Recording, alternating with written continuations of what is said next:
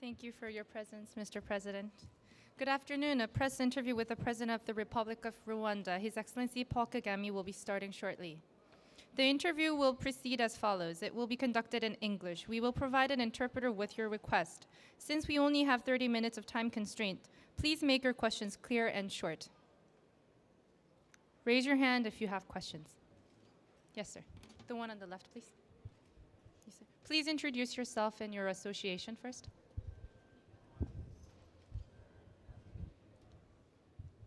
Hello. My name is Jaemin Son from Gyeongyang Daily. Thank you for your press interview, Mr. President. I appreciate your speech this morning. This morning you said about mutual responsibility of donor countries and receiving countries. And the mutual responsibility is not applied equally to donor countries and receiving countries. And you said some of donor countries are raising issues, and they are meeting their they are failing to meet their responsibility and obligation. Would you specify more about it and which donor countries you are talking about? Well, thank you.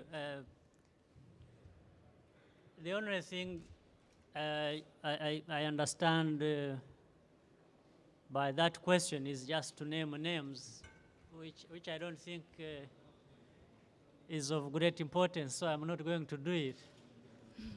But the fact was what I said. There is a need for mutual accountability. We need to respect each other. We need to if there are questions that need to be asked by either side, then they should be asked, and we should have a frank and honest exchange and arrive at a good understanding of each other. So, but for naming names, I really don't think it is so critical here. That's why I didn't name names. Yes, sir.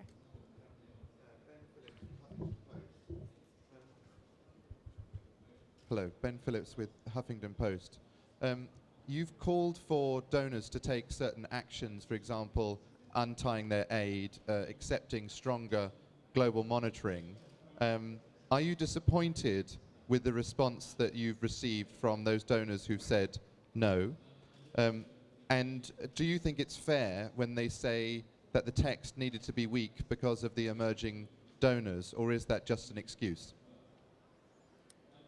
Well, I think there have been some traditions before that fell short of what was expected or what was even agreed. But I think this meeting, this conference, provides an opportunity to hear from each other, and in many cases there have been people giving explanations about this failure to meet the kinds of promises that have not been met. And in all fairness, sometimes listening to people explain is very important. It's not like saying, here is what it is, we have nothing to explain to you, and we'll just continue like this. So I think there was a good engagement, there was a good atmosphere, there was a good explanation as to some of the difficulties that have been faced in order for people to meet some of their commitments, but promised they are going to work on that. I think for me that is fair. It's already a step forward of recognition that people didn't meet their commitments, and it's fair to say we are going to put in more effort to do what is expected. And I think that is how far we can go, and keep engaging each other to make sure that we reach a point where we can do what we want to do. It's also clear globally there are different challenges, problems that have emerged.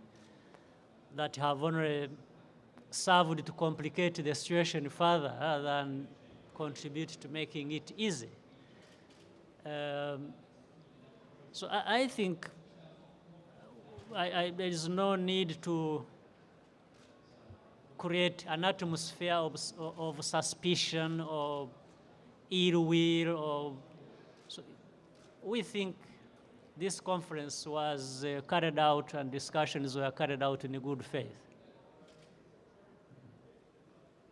Ismail. Hello. My name is Sofia Branco. I come from Portugal. I would like to know, as you know, the developed countries are living a context of crisis, and I would like to know your opinion on that context, on the reduction of development cooperation, if there's a risk, and what would you say to the population of a developed country like Portugal to convince them of the urgency of maintaining this development cooperation? Well, first of all, I only want to believe that the current crisis, economic, financial crisis, is a temporary one. I don't think we are going to have a crisis forever. I'm sure the different countries and the people affected are working together and hard to overcome these problems. So I see it as something that is passing. Secondly, it is also a big problem, and as well as an opportunity in my view, in a sense that we are all reminded that after all, there can be such a problems, such a crisis that we have to face. And if I may say, maybe sometimes people learn from crisis. Even the developing countries that have needed aid, that need aid, are reminded that this aid should not be taken for granted. Even if people were willing to keep helping, sometimes they may not be able because of some of these crises that come up, that make them pay more attention to these crises than to continue helping out on other existing problems that have, after all, existed for a very long time. But on the other hand, where there are still possibilities to continue supporting the development of developing countries or to provide support and aid to developing countries, I think it is useful that that is availed because, as I said earlier in my speech, if you help developing countries and if the developing countries use aid properly, that creates capacity, creates demand, and creates good business, even for people who have been providing this kind of support, as well as those who are being supported.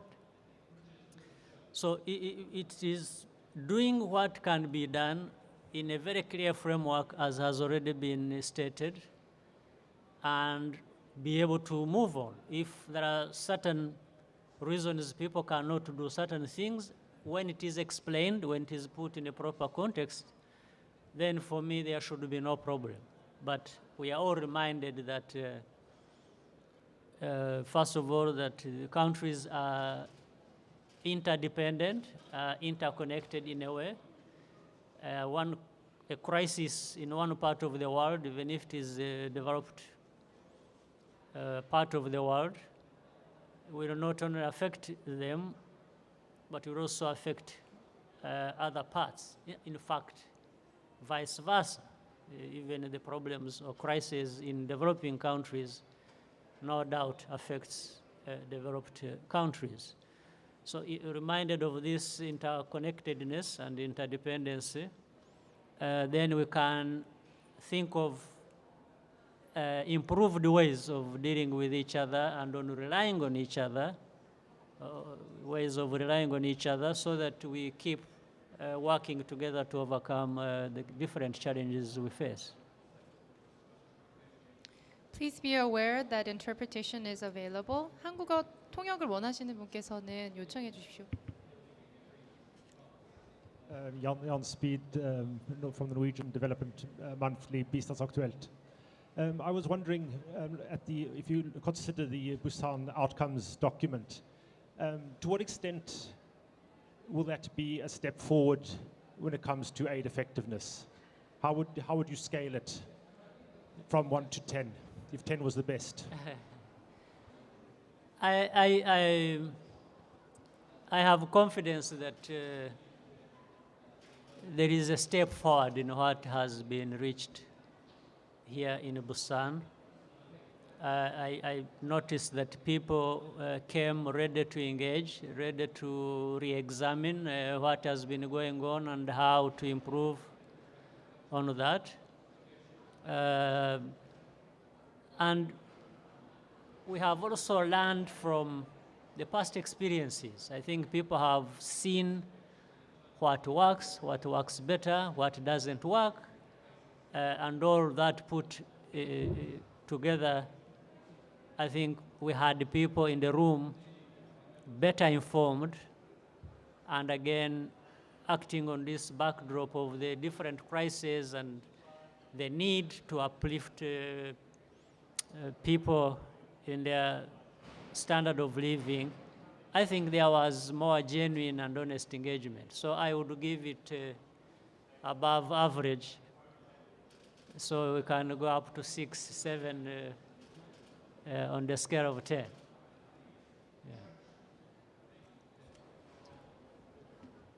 Hello. My name is Takeshi Fujitani from Asahi Shimbun, Japanese newspaper. Sir, one of the agendas for this conference is how to cope up with new donors like China, Brazil, Mexico, and in Africa we have seen many, Chinese involvement, for example. So, from your viewpoint, how would you evaluate the outcome? Because it seems that China, India, I'm not pretty sure about Brazil, but they are not, they are not signing the document, it seems. So how would you look at this? How I look at it is, I wish they had signed or would sign the agreement, because I think it is important they come on board, they become part of the process that improves our international aid cooperation or development cooperation, because they have a lot to offer. And what they offer is not just money.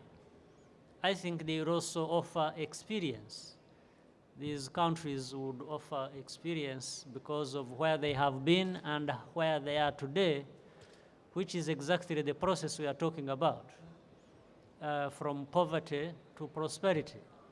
So they have recent knowledge of both worlds, the world of poverty as well as the world of wealth.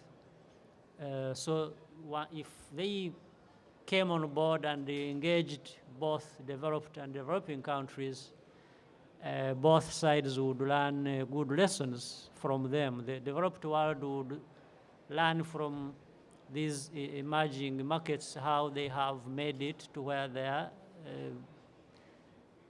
the hands-on kind of experience. And the developing world also would learn from how they made it. So there are really good lessons that compel me to think they should come on board rather than keep away.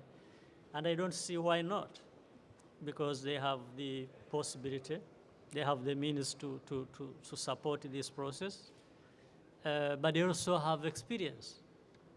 They have knowledge because of where they have come from.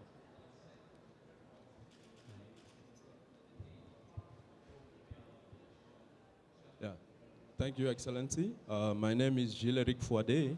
I'm the communication manager for the NEPAD Planning and Coordinating Agency. As you know, your country and Mali are leading the process as Sherpas to come up with one strong African voice. So my question... One Africa?